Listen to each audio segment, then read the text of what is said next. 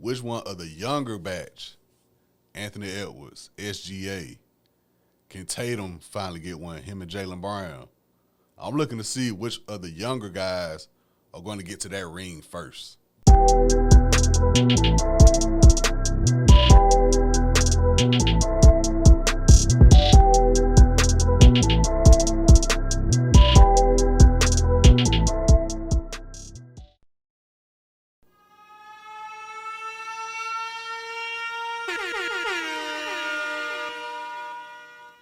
Top of the top, episode 247, Stash House Podcast. Your boy Tyler checking in. First time listeners, thank y'all for tuning in. If you tune in weekly, salute. And it's just an episode, saw some topics you may want to hear about, thank you as well. Podcast available on all podcast streaming platforms, Apple Podcasts, Spotify, YouTube. Subscribe to your preferred platform. If you're watching this on YouTube, like this video, subscribe to the YouTube page as well. Hope everyone had a great week, great weekend. Do the same this upcoming week. Coming off of last week, no episode. It was my mom's first birthday since she passed in January, April 23rd. So I decided to take the podcast off, obviously, going through those emotions throughout the week. I was able to enjoy it, though, in terms of the weekend. I shot to the A real quick. Saw Benny, Bodie James in concert, two of my favorite rappers for the past 5 years or so. So that was dope. What else I did? Went to the Atlanta United soccer game. That was my first Atlanta United soccer game. Different atmosphere than basketball and American football, but the atmosphere is top-notch. Top-notch. You don't have to know a lick about soccer. And, yes, I talk sports on here, but I'm not the most soccer-enthused guy. But I just went to just check it out. I've been hearing like it's a good environment. The vibe is nice. So I decided to go at Mercedes-Benz. Definitely worth the price of admission. I was right by, like, in the corner goal, and they got their whole culture on that side of the field.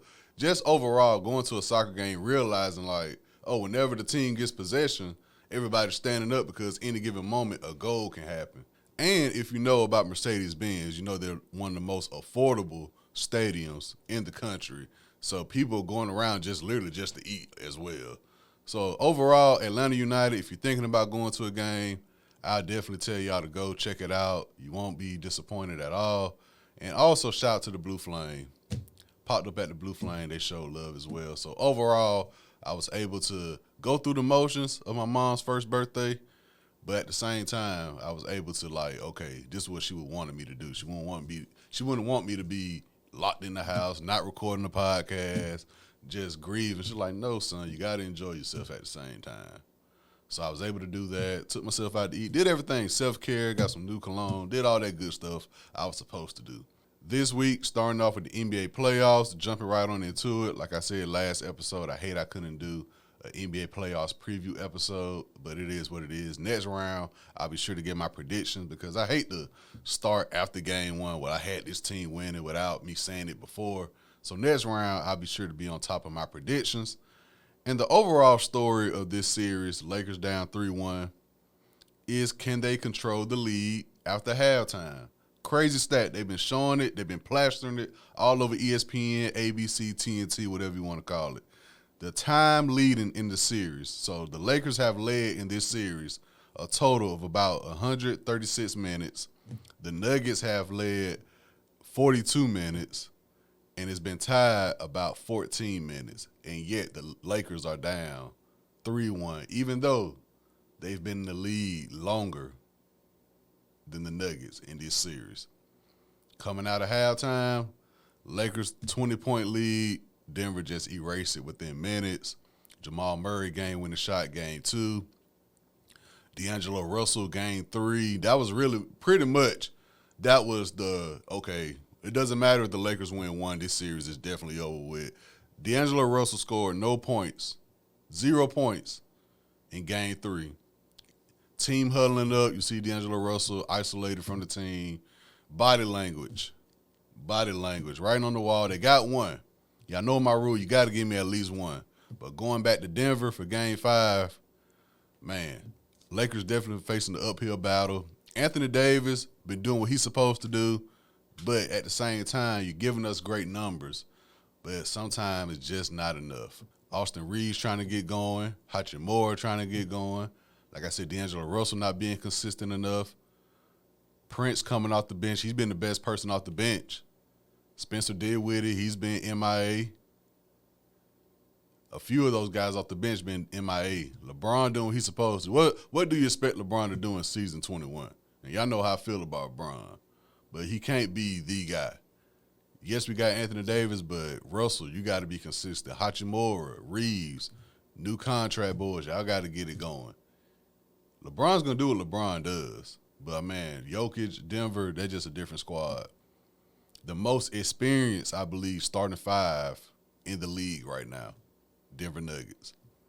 Jokic should, maybe. I'm not keeping up with the MVP, what's going on. But he's in the run for yet another MVP award. Next matchup in the West, we got the Clippers and the Mavericks. Dallas Mavericks are up right now 2-1.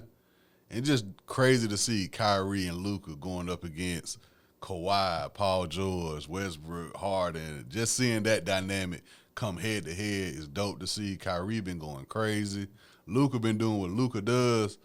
But I just think the Dallas Mavericks are showing now they're showing that they can punch the Clippers in the face. Basically, P.J. Washington, Russell Westbrook getting into it. The Mavs are showing like, okay, we here now. We got to make a run, led by Luka and Kyrie.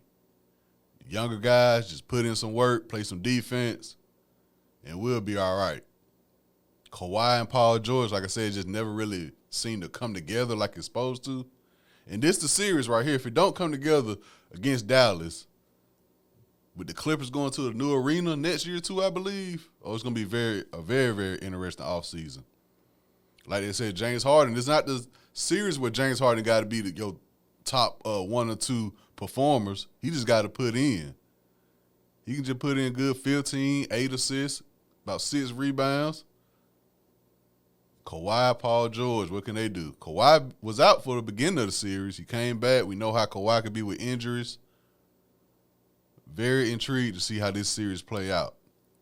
Can the Dallas Mavericks get over the hump, take out the Clippers, and can the Clippers show all this talk within the past few years, can it finally mean something? It hasn't meant anything since, 2020? Intrigued to see how that goes. Next matchup, Suns versus Timberwolves. Timberwolves up 3-0 right now. This is definitely look like it can be a sweep, and I just hate to see KD in that position, man. Anthony Edwards is working Kevin Durant right now. It's been a lot of talk in the whole playoffs about the new generation coming in. You got Steph Curry already eliminated. Golden State, we'll see how their future look. The Lakers with Denver. You have right now the Suns with Minnesota. It's just the past 5 years in the NBA, we've had 5 different champions. And I say that because we know how it was before that. Golden State, Cleveland, Miami, San Antonio. So we already in a different era right now. It's just now seeing the people we grew up on, the people who've been holding the torch for all these years, being eliminated or looking damn near getting swept in the playoffs. Anthony Edwards, Karl Anthony Towns. Hey, they're doing what they're supposed to do.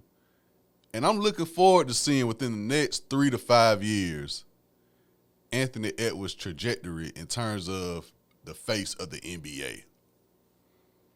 Because let's be real, out of all the players that's in that mix, in that conversation, a lot of these guys are overseas players.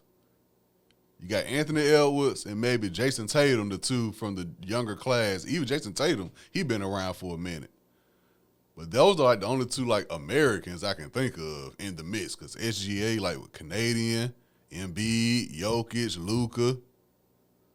You had John Morant, but so Anthony Edwards, just on the court and off the court, I'm looking to see, okay, are they going to position him while in Minnesota? Are they going to position him as the next face of the NBA? Clearly, he has it. He has it. When they talk about players having it, Anthony Edwards has it. He's trash talking, Kevin Durant, my favorite player. This is a dream come true. He seems to be the guy to push. But at the end of the day, you got to bring home championships.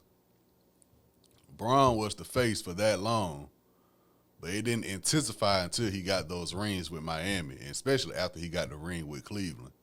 You got to get the ring, and that's what I'm looking forward to seeing. You got Jokic, who been in the league for about 8 years now. He's looking to back-to-back. Like I said, past 5 years in the NBA, we've had 5 different champions compared to what it was before. But within those 5 champions, we had Kawhi, LeBron, Giannis, Steph, and Jokic.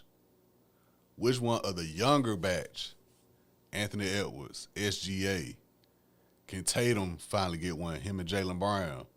I'm looking to see which of the younger guys are going to get to that ring first.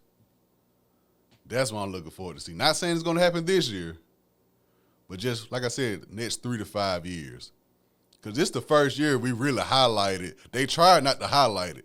They tried to say, well, still Golden State, the Lakers. No, let's pay attention to SGA. OKC, what they doing. Anthony Edwards, Minnesota, what they doing. Like, you got to, that torch going to get passed eventually. It's best to look at it now rather than 3 years down the line. I'm looking forward to see how it plays out, especially now the playoffs. Lack of playoff experience. So, yeah, Anthony Edwards, he definitely on my list of players to look forward to and look to see his trajectory in the next 3 to 5 years. Speaking of SGA, next matchup, Pelicans, Thunder. Thunder up right now, 3-0, looking to sweep the Pelicans. SGA, MVP candidate. Check this out, OKC. Shout out to OKC. Check this out. 2 years ago, they won about 20 games. Last season, they won 40 games. This season, they're the number 1 seed in the West.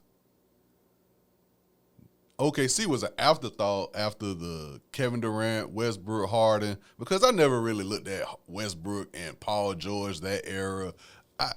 Me personally, I said the same thing with the Clippers with Paul George and Kawhi. It's some players I understand when they come together, 2 big names, but just sometimes you see it and be like, I get it, but I don't see it working. So I'm not going to say there was an afterthought after Kevin Durant and all that broke up, but they wasn't in the midst now. Like, they wasn't in the midst then like they are now, in my opinion. Obviously, they're the number 1 seed. Pelicans, future with Zion up in the air. I don't know, man. Zion, I don't know. You got to play the cards you dealt, man. If you don't want to be in New Orleans, you don't want to get drafted, hey, man, so be it. But you got to make sure your stock still rises while you're there. I get it, he's Zion Williamson, but in terms of a player who can make a splash on a team, I got to see it. Injury history play a part in that. I get it. When you on the court, you're great. But we got to take into consideration how many times you weren't on the court at the same time. So, OKC looking to sweep the Pelicans. Going to the Eastern Conference, Celtics versus Heat. Here we are once again, another Boston versus Miami series. Boston up right now 2-1. Miami going at it with no Jimmy Butler, MCL injury. We'll see how it goes, but that team, obviously, next man up mentality. We know how Eric Spoelstra, Pat Riley, we know that Heat culture. Next man up. Next man up. And I saw a post saying Eric Spoelstra never won Coach of the Year. And I saw a comment that kind of makes sense. It's like, well, one, it's a regular season award, and Eric Spoelstra hit that switch when it's playoff time.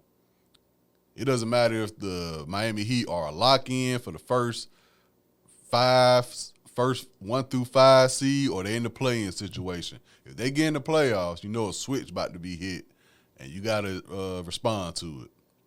Boston, once again, here we are another year. Is this the year for Tatum and Jaylen Brown to raise the trophy at the end of the season? You got all the pieces. You let go of Marcus Smart in the postseason. I thought that was going to be a hit, and I didn't think the Porzingis move was going to work out the way it has. So I was totally wrong on Boston. But, I mean, the coach been there for a couple of years now. He had to get used to the situation coming off the drama you had before. Is this the year?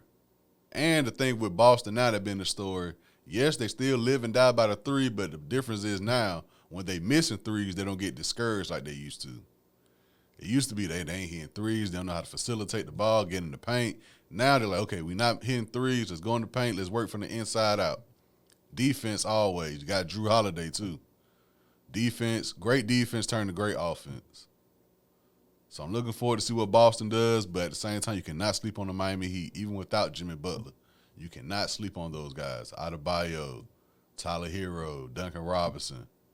They got some guys. They added some pieces. So let's see how it turns out for Boston and Miami. Next up, like I said, the game that's about to tip off any minute, 76ers versus the Knicks. The Knicks are up 2-1. The most physical matchup, I think, at the moment, just with the atmosphere and how the players are playing. Embiid dropped 50 points. He dropped 50 points in Game 3. He probably should have been ejected before he even got close to 50. When he tried to pull down Mitchell Robinson, I think that was a flagrant 2. He should have been thrown out, especially with Mitchell Robinson health history. Just anybody, you on the ground laying down, the person trying to get a rebound, and when they jump up, you putting them down by one leg to the ground. Anybody could have got hurt in that situation. So I think Embiid should have got ejected for that, but he didn't get ejected, and he put up 50 points. 21 free throws. New York Knicks team had 19 overall. Embiid had more free throw attempts than the entire New York Knicks team in Game 3. And I saw Stephen A. say, I think it was Game 1 or 2, he said he was there, and he said, man, Embiid can barely walk up and down the court. So I figured they would try to slow the pace down a little bit, get him to the free throw line, get some easy points. But Stephen A. said, man, if you there and you can see Embiid, his face, when he's jogging and just even walking, he's definitely probably not even 50%. But yet he scored 50 points. So you can only imagine how he'll be if he was 100% healthy. New York Knicks, Jalen Brunson got to get going. Game 1, Jalen Brunson, 8 for 26. Game 2, 8 for 29. Game 3, 13 for 27. For somebody who many would think or he should at least be in the race for the MVP award, he's definitely not showing it this first round. And for the Knicks to do anything, getting out this series, he has to step up. He has to step up. The Knicks got a squad, but it's led by Jalen Brunson. No Julius Randle, he's hurt. Brunson has to lead this charge now. I'm looking forward to see what he does today, because obviously it's a game where he has to get going for the New York Knicks to go ahead and deal without Philadelphia. Philadelphia, I didn't know this. They have yet to make it out the second round of the playoffs in Embiid's time there. I did not know that. That caught me off guard. I was like, dang, they never made it out the second round. They never made it to the Eastern Conference Finals. So Philadelphia, Embiid, Maxey is ready. Most improved player of the year. Tobias Harris. We'll see what happens. But definitely the most physical matchup, I think, at the moment in the playoffs. The 76ers versus the Knicks. Next up, we got the Bucks and Pacers. The Pacers are leading this series right now 2-1. The Bucks are going at it without Giannis. And at the moment, I think he's questionable at the time. Dame Lillard as well. So if that's the case, Chris Middleton got to step up. Porter's got to step up. That whole squad got to step up if you don't have Giannis and Dame Lillard. And not to make things any better, you got Doc Rivers as your coach. I did not agree with them firing their first head coach early in the season. And I get it. You know, you want to be prepared. You know, it's kind of all or nothing at the time when it was Giannis and Dame both in the lineup. But you replace him with Doc Rivers, you know, a coach who in the playoffs has showed outside of that one Boston championship that I don't think that's the guy to go to. And now you're down Giannis and Dame. Yeah, the Bucks got a lot of work to do. Going up against a Pacers team, a young Pacers team led by Halliburton. Yeah, we'll see. They got to get a victory in Indiana. Because if Indiana tie this series up, and with Dame, depending on his health, the Bucks may be packing it up pretty early. But going at it without Giannis is pretty tough, I will say that. Last series, Cavaliers versus Magic. The Magic is putting everyone on notice. The Magic, Orlando Magic, do not have a lot of nationally televised games throughout the season. Just the first time most of America really get to see them play. Going up against Cleveland. Series tied up. Can we have a Cinderella story in the East with Orlando? I like this Cleveland team now. Spider Mitchell. I like this Cleveland team, but Orlando Magic, can they make a Cinderella run in the playoffs? That's what I'm looking forward to. So overall, NBA playoffs is going. A lot of, like I said, new generation versus old generation talk. Denver Nuggets trying to repeat.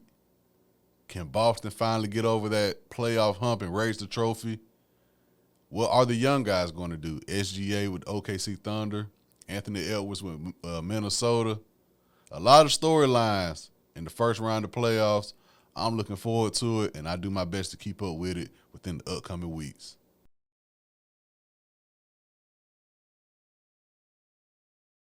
Now let's take a look at the NFL playoffs that took place last week in Detroit. Man, that was a lot of people for the NFL draft. I get it, it's the NFL draft, but I didn't think that many people. And I'm guessing, if I had to make a guess, I think it'd be in Tennessee sometimes. It was in Detroit this year. I think it's in Green Bay next season. I'm guessing it has to be like a tailgate type of atmosphere. You know what I'm saying? Like a whole tailgate block party vibe going on. It has to be. Because I love football like everybody else. And granted, I don't have an NFL team. But let's say Marvin Harrison Jr. I'm an Ohio State fan. Marvin Harrison Jr., I don't think I'm that invested to where I want to go see him get drafted. Like, I go to some games or something, but that's a lot. I mean, if you're in the city and you from there, I guess like, well, okay, just, 25 minutes away, let's pull up, check it out. But I don't know about the traveling. Because you see different teams represented. I'm like, just to get drafted. I get that's just something that, sometimes sports fans, we disagree on things, and that's just one for me. Like, I watch the draft at the crib. You know what I'm saying? But I'm guessing there's a whole vibe going on. It has to be. You know what I'm saying? So, shout out to Detroit. Eminem was on stage with Roger Goodell. It is what it is. My main takeaways from the draft, first off, like I said, Ohio State fan, Marvin Harrison Jr., wide receiver, drafted to Arizona Cardinals. Cade Stover, tight end, drafted to the Houston Texans. Now, if I were to have a team, because I took my head out the Falcons when they lost the Super Bowl. I made that very known. I said, y'all lost the Super Bowl to New England that way. It's going to be a good 5 years until this team get its mindset back together. And I'm already dealing with the Lakers and the Buckeyes, so I don't got time to stress about the Falcons. So I gladly took my fandom out of the Falcons bandwagon, and I've been just in the win since. Technically, the Houston Texans with C.J. Stroud at quarterback. You know what I'm saying? Got Cade Stover now. Just off the strength that C.J. Stroud, the quarterback. Technically, I could be a Texans fan. Justin Fields, he's in Pittsburgh now. I just root for the Buckeyes. Chris Olave, New Orleans. Garrett Wilson, the Jets. Not even counting all the other guys over there in Washington. Chase Young, I forgot what I think Chase Young just left from San Fran, if I'm not mistaken, but I got to do my research on that. Not counting the Bosa brothers. Like, whoever I rock with. More than a team, per se. Some more takeaways from the draft. 6 quarterbacks picked in the first round. We got Caleb Williams, drafted to Chicago, number 1 draft pick. Jaden Daniels, LSU quarterback, going to Washington. Drake May going to New England. Michael Penix Jr., drafted to the Atlanta Falcons. Definitely shocker. I saw on my Facebook page a shocker to the Atlanta Falcons fan base. I mean, my thoughts on Penix going to the Falcons. You need a backup. Let's get that. Kirk Cousins, I talked about him when he got his deal, his injury history. You need a backup. But Penix Jr. also have a injury history as well. So that kind of, cancel each other out. It's like, well, you got one quarterback, the starter, who's injury prone, and his backup kind of injury prone. And you also gave the starter a lot of damn money. That's a lot of money you gave Kirk Cousins. Not to mention, Kirk Cousins is saying his team didn't know about the pick. Not to say that they had to let Kirk Cousins know, but it kind of shows, how much they invested in you. They can't even tell you, yeah, we giving you this money, but we're also drafting a quarterback in the first round if he's available. So, I understand the Falcons. At the same time, the Falcons fans are saying, we get it, but let's make the overall team better first before we, because you can get another quarterback in the draft. You know what I'm saying? I get it. Michael Penix, he was at the national championship game. I get it, but at the same time, it's like first round, that's who you gonna take. Where you can make, like they said, you can make the entire team better. I'm never mad at offensive lineman or defensive line. I'm never mad at that. Anytime you get to protect the quarterback or put pressure on the other team quarterback, I'm never mad at that pick. But you could have got a quarterback down the line, but maybe they felt that Michael Penix Jr. was like, if he's on board, we got to get him. So it's pretty much we'll see how it play out for the Falcons type of situation. You already kind of, looking at Kirk Cousins like, okay, what he going to do? He is coming off a major injury. So I get it, Falcons fans, scratching their head. I get it. Trust me, I understand. J.J. McCarthy from Michigan, drafted to Minnesota. Bo Nix, drafted to Denver. Wide receiver, Malik Neighbors, he's going to the New York Giants. Brock Bowers, tight end, Georgia. He's going to the Las Vegas Raiders as well. So, yeah, NFL draft, that happened. Now to wrap up this episode, new music, Partynextdoor, P4, the fourth installment of his Partynextdoor series. 14 records, no features. My initial thought, I definitely got to experience this album to really grasp it. And what I mean by that, my couple listens over the weekend, I had just had in the background while watching the playoffs, and it just didn't line up well. Like, it's still Partynextdoor. I still gauged it. Like, the pen is always on point, but I just want him to experience more with his production.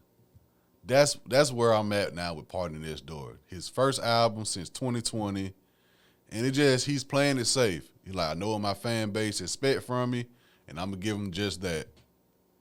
But it's at the time where I'm like, bro, this sounds like it could have been on the last album 4 years ago. You know what I'm saying? Only like a couple upbeat songs. And it's not nothing you can just press play, there's going to be some good R&B. Not even on the wake up. It's like some real deal, like you got to experience it from the album cover. Just look at the album cover. That's how you need to experience this album. I mean, I understand now why he got the album cover like that. And the knock on him was always, okay, we know his pen on point, but does he give his hits away? And if he had songs you hear on his album, it was like, damn, I could hear such and such on this, and they would have made this junk go. So it's like he at this point now where I'm like, he's playing it safe. I'm anticipating a tour announcement, but it's at the point now, my first listens of this album is at the point now where it's like, if he announce a tour, I'm taking consideration like, okay, he got to do some classics. But do I want to hear this album live? That's why I'm at with it. He got some records on here I like. But it's like, it's nothing that moves the needle. It's like, okay, we got another Partynextdoor album. I think he done fell in that box now where it's like, okay, you gave us another one after 4 years, cool. But like I said, it's not even a situation like I was talking about Bryson Tiller where there's so much going on in hip-hop that you're not paying attention. People pay attention to party. But it just, you got to experience it. Like, it's definitely like nighttime vibes. Like, it's one of them, like, you got to wait for that certain moment. Compared to P1, where it grew to be, I can just listen to this shit anytime. P2, I can listen to it anytime. Colors 2, Colors 1, you can just listen to it anytime. This one, it felt like, okay, he got a mission with this. Dark. Just the old aesthetic of Partynextdoor. Plus the album cover. I get it, but it doesn't move the needle enough for me. Like, it's songs I like, but give me more records like Cheers. More of the upbeat. You know what I'm saying? Like, the For Certain record. Give me more up-tempo records, Party. That's what I need now. I get it, but only certain times we on that vibe now. Like, I just want to be like, okay, let me put this on and let it play. I don't want to wait till the wee hours of the night to have to listen to this. That's my thing. But favorite records, like I said, I do got a handful. Lose My Mind, Cheers, an early favorite, No Chill, Her Old Friends, For Certain, and Sorry But I'm Outside. Those are my early go-tos on the P4 album.